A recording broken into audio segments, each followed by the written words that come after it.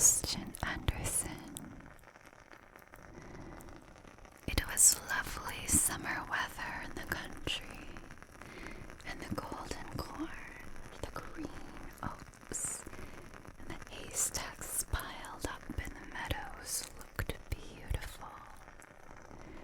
The stork walking about on his long red legs chattered in the Egyptian language, which he had learnt from his mother. The cornfields and meadows were surrounded by large forests, in the midst of which were deep pools. It was, indeed, delightful to walk about in the country. In a sunny spot stood a pleasant old farmhouse, close by a deep river, and from the house down to the waterside grew great burdock leaves, so high that under the tallest of them a little child could stand upright. The spot was as wild as the center of a thick wood. In this snug retreat sat a duck on her nest, watching for her young brood hatch. She was beginning to get tired of her task, for the little ones were a long time coming out of their shells, and she seldom had any visitors. The other ducks liked much better to swim about in the river than to climb the slippery banks and sit under a burdock leaf to have a gossip with her. At length, one shell cracked, and then another, and from each egg came a living creature that lifted its head and cried, "Peep, peep." "Quack, quack," said the mother, and then they all quacked as well as they could, and looked about them on every side at the large golden leaves. Their mother allowed them to look as much as they liked, because green is good for the eyes. "How large the world is," said the young ducks, when they found how much more room they had now than while they were inside the eggshell. "Do you imagine this is the whole world?" asked the mother. "Wait till you have seen the garden. It stretches far beyond that to the parson's field. But I have never ventured to such a distance. Are you all out?" she continued, rising. "No, I declare the largest egg lies there still. I wonder how long this is to last. I am quite tired of it." And she seated herself again on the nest. "Well, how are you getting on?" asked an old duck who paid her a visit. "One egg is not hatched yet," said the duck. "It will not break. But just look at all the others. Are they not the prettiest little ducklings you ever saw? They are the image of their father, who is so unkind he never comes to see. Let me see the egg that will not break," said the duck. "I have no doubt it is a turkey's egg. I was persuaded to hatch some once, and after all my care and trouble with the young ones, they were afraid of the water.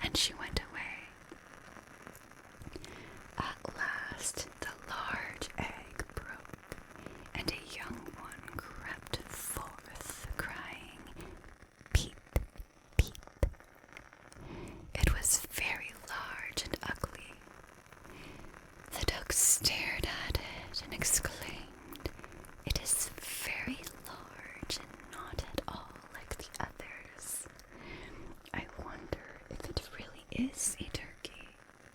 We shall soon find out, however, when we go to the water. It must go in if I have to push it myself.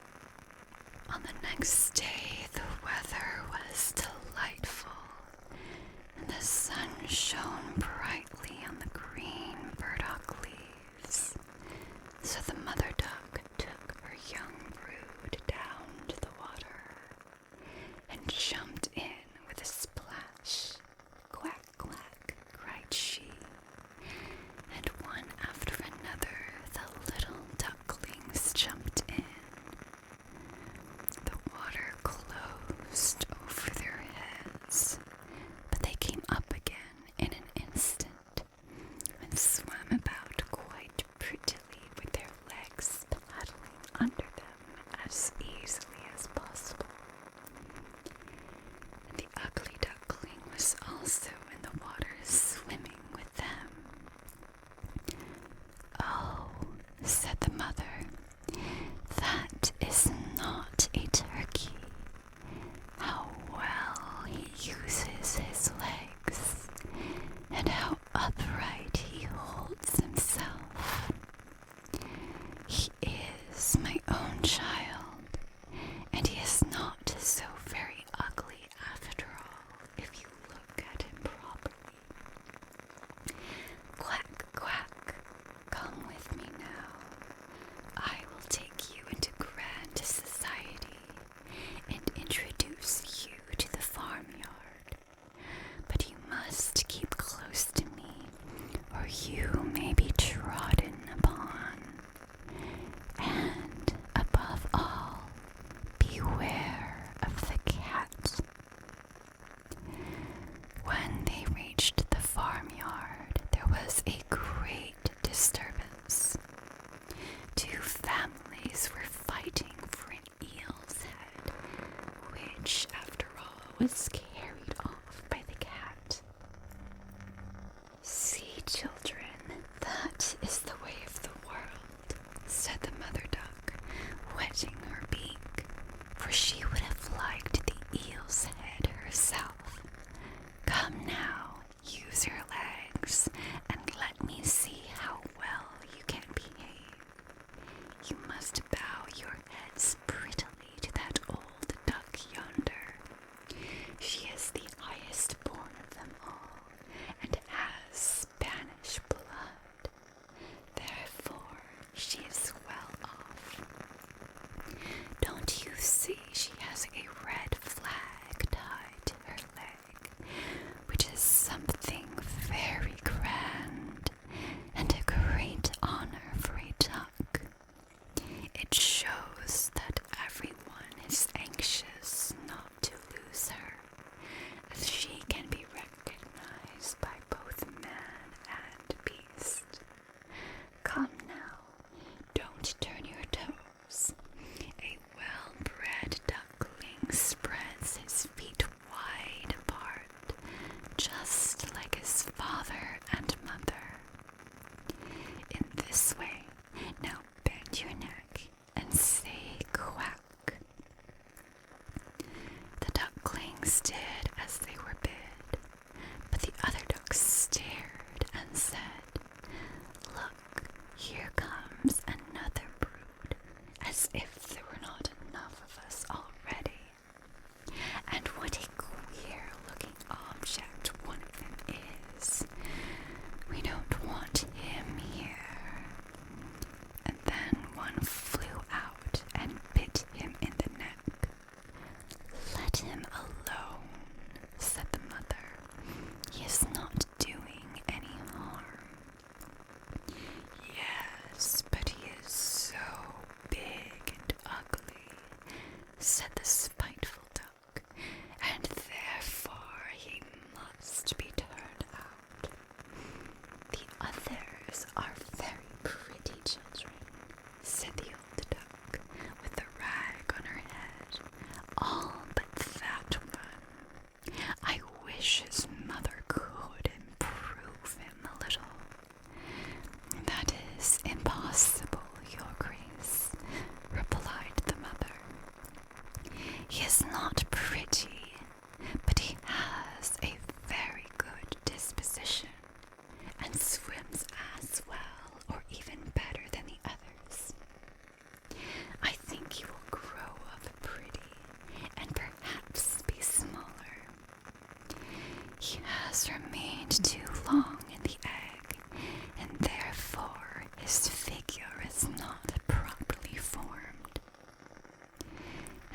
she stroked his neck and smoothed the feathers, saying, "It is a drake, and therefore not of much consequence. I think he will grow up strong and able to take care of himself. The other ducklings are graceful enough," said the old duck. "Now make yourself at home, and if you can find an eel's head, you can bring it to me." And so they made themselves comfortable. But the poor duckling, who had crept out of his shell last of all, and looked so ugly, was bitten and pushed and made fun of, not only by the ducks, but by all the poultry.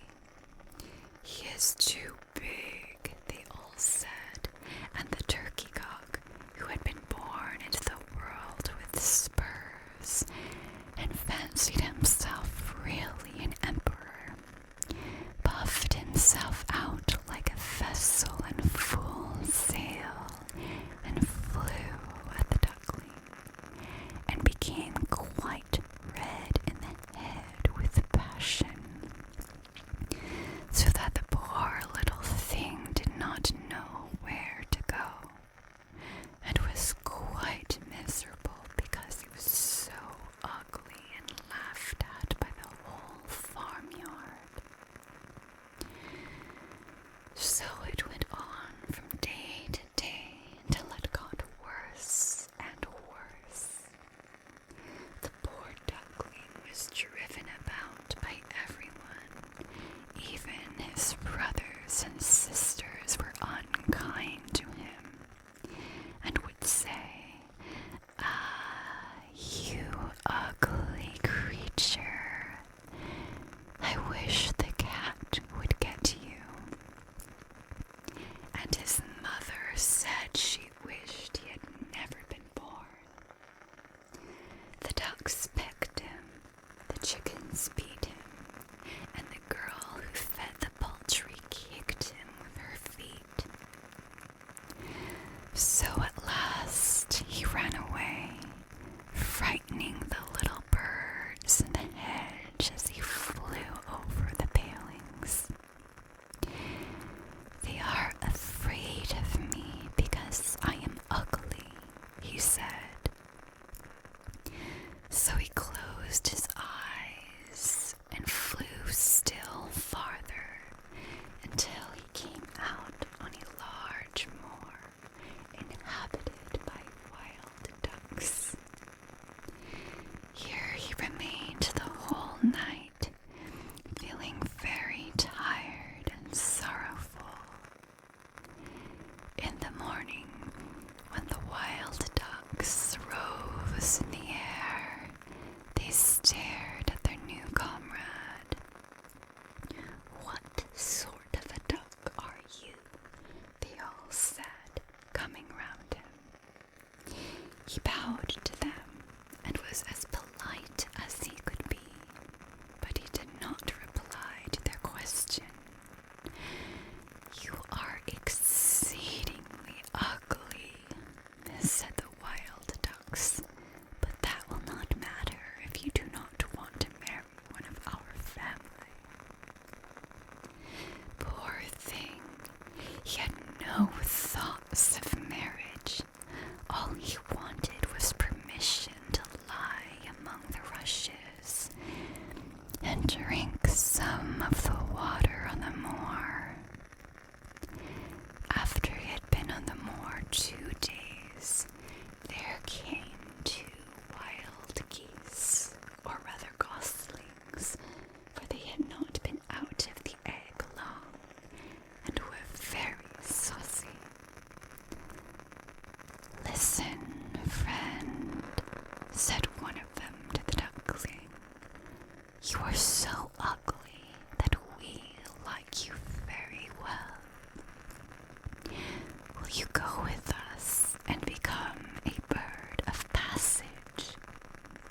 Not far from here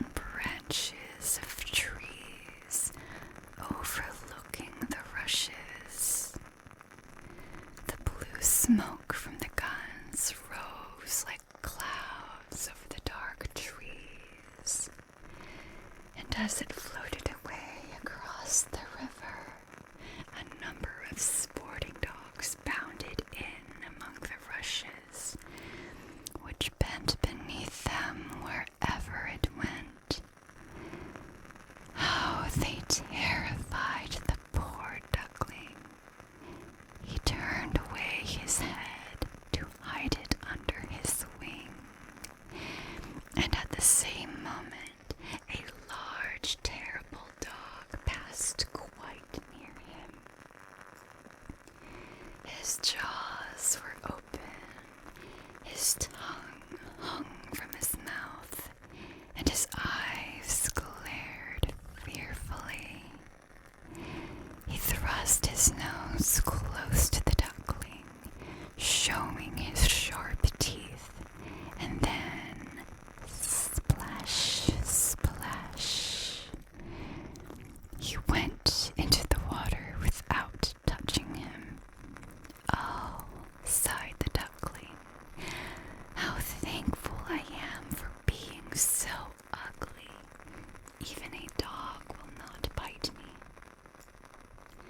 And so he lay quite still while the shot rattled through the rushes, and gun after gun was fired over him. It was late in the day before all became quiet, but even then the poor young thing did not dare to move. He waited quietly for several hours, and then, after looking carefully around him, hastened away from the moor as fast as he could. He ran over field and meadow till the storm arose, and he could hardly struggle against it. Towards evening, he reached a poor little cottage that seemed ready to fall, and only remained standing because it could not decide on which side to fall first. The storm continued so violent that the duckling could go no farther. He sat down by the cottage, and then he noticed that the door was not quite closed, in consequence of one of the hinges having given way. There was, therefore, a narrow opening near the bottom, large enough for him to slip through, which he did very quietly, and got a shelter for the night. A woman, a tomcat, and a hen lived in this cottage. The tomcat, whom the mistress called my little son, was a great favorite. He could raise his back and purr, and could even throw out sparks from his fur if it were stroked the wrong way. The hen had very short legs, so she was called Chicky Short Legs. She laid good eggs, and her mistress loved her as if she had been her own child. In the morning, the strange visitor was discovered, and the tomcat began to purr, and the hen to cluck. "What is that noise about?" said the old woman, looking round the room, but her eyesight was not very good. Therefore, when she saw the duckling, she thought it must be a fat duck that had strayed from home.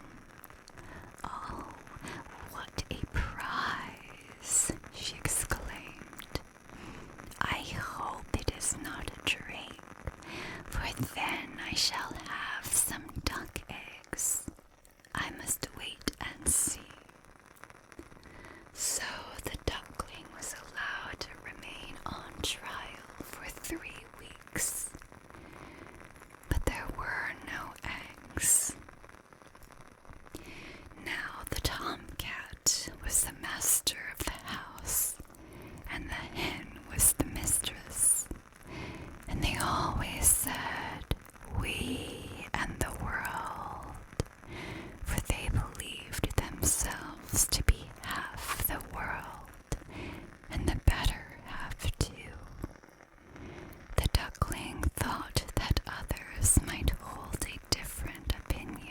the subject, but the hen would not listen to such doubts. "Can you lay eggs?" she asked. "No." "Then have the goodness to hold your tongue." "Can you raise your back, or purr, or throw out sparks?" said the tomcat. "No." "Then you have no right to express an opinion when sensible people are speaking." So the duckling sat in a corner, feeling very low-spirited, till the sunshine and the fresh air came into the room through the open door, and then he began to feel such a great longing for a swim on the water that he could not help telling the hen. "What an absurd idea," said the hen. "You have nothing else to do. Therefore you have foolish fancies. If you could purr or lay eggs, they would pass away. But it is so delightful to swim about on the water," said the duckling, "and so refreshing to feel it close over your head while you dive down to the bottom." "Delightful indeed," said the hen. "Why, you must be crazy. Ask the cat. He is the cleverest animal I know. Ask him how he would like to swim about on the water, or to dive under it, for I will not speak of my own opinion. Ask our mistress, the old woman. There is no one in the world more clever than she is. Do you think she would like to swim, or let the water close over her head?" "You don't understand me," said the duckling. "We don't understand you. Who can understand you, I wonder? Do you consider yourself more clever than the cat or the old woman? I will say nothing of myself. Don't imagine such nonsense, child, and thank your good fortune that you have been received here. Are you not in a warm room, and in society from which you learn something? But you are a chatterer, and your company is not very agreeable. Believe me, I speak only for your own good. I may tell you unpleasant truths, but that is a proof of my friendship. I advise you, therefore, to lay eggs and learn to purr as quickly as possible." "I believe I must go out into the world again," said the duckling. "Yes, do," said the hen. So the duckling left the cottage and soon found water on which it could swim and dive.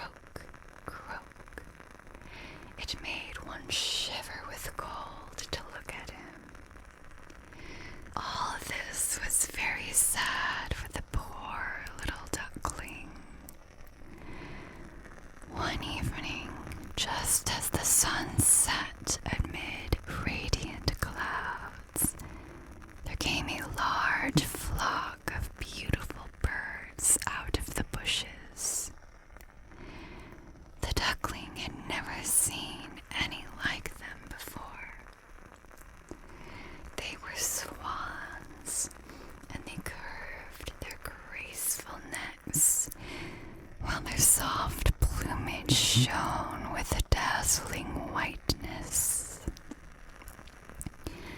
They uttered a singular cry as they spread their glorious wings and flew away from those cold regions to warmer countries across the sea.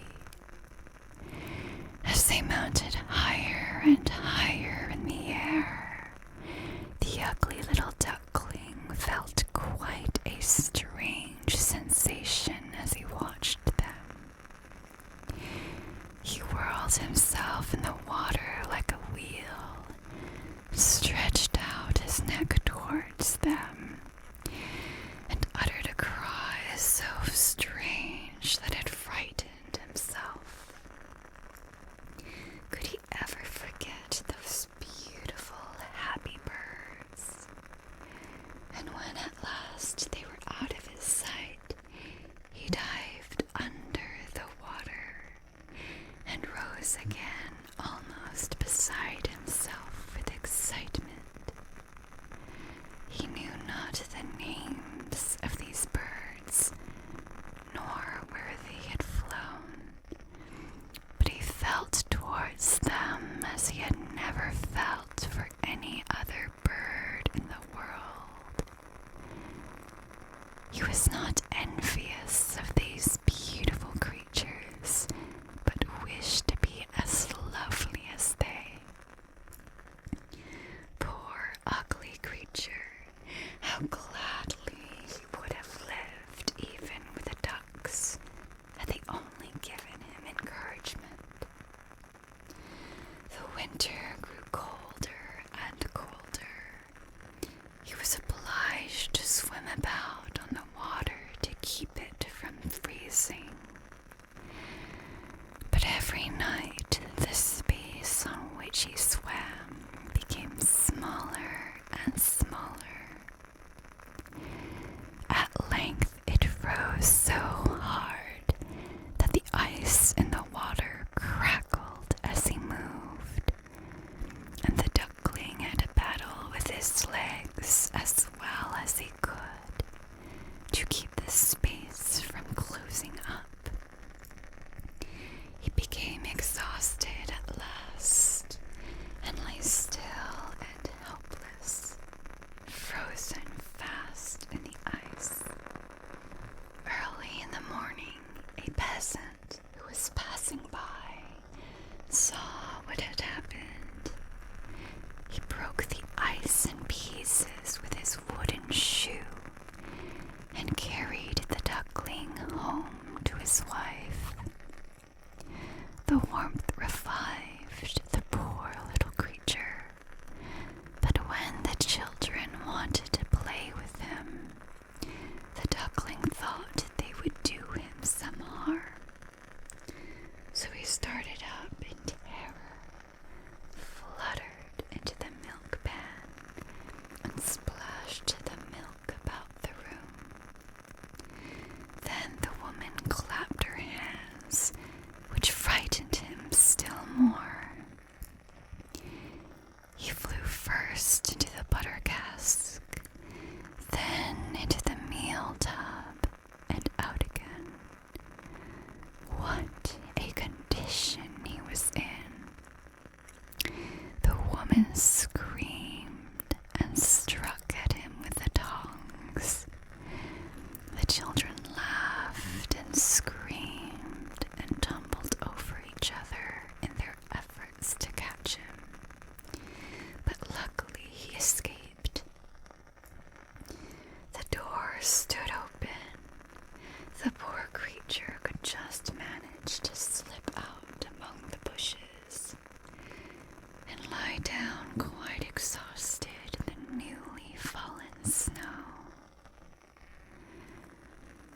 It would be very sad were I to relate all the misery and privations which the poor little duckling endured during the hard winter. But when it passed, he found himself lying one morning in a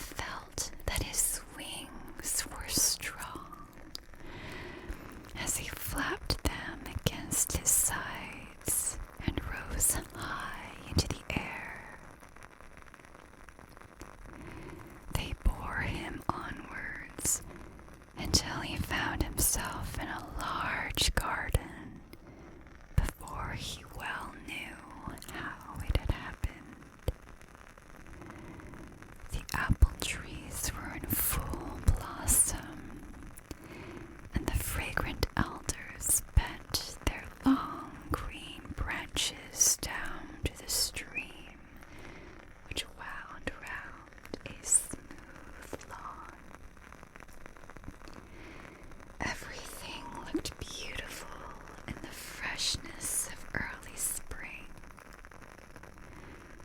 From a thicket close by came 3 beautiful white swans, rustling their feathers and swimming lightly over the smooth water. The duckling remembered the lovely birds and felt more strangely unhappy than ever. "I will fly to those royal birds," he exclaimed, "and they will kill me because I am so ugly and dare to approach them. But it does not matter.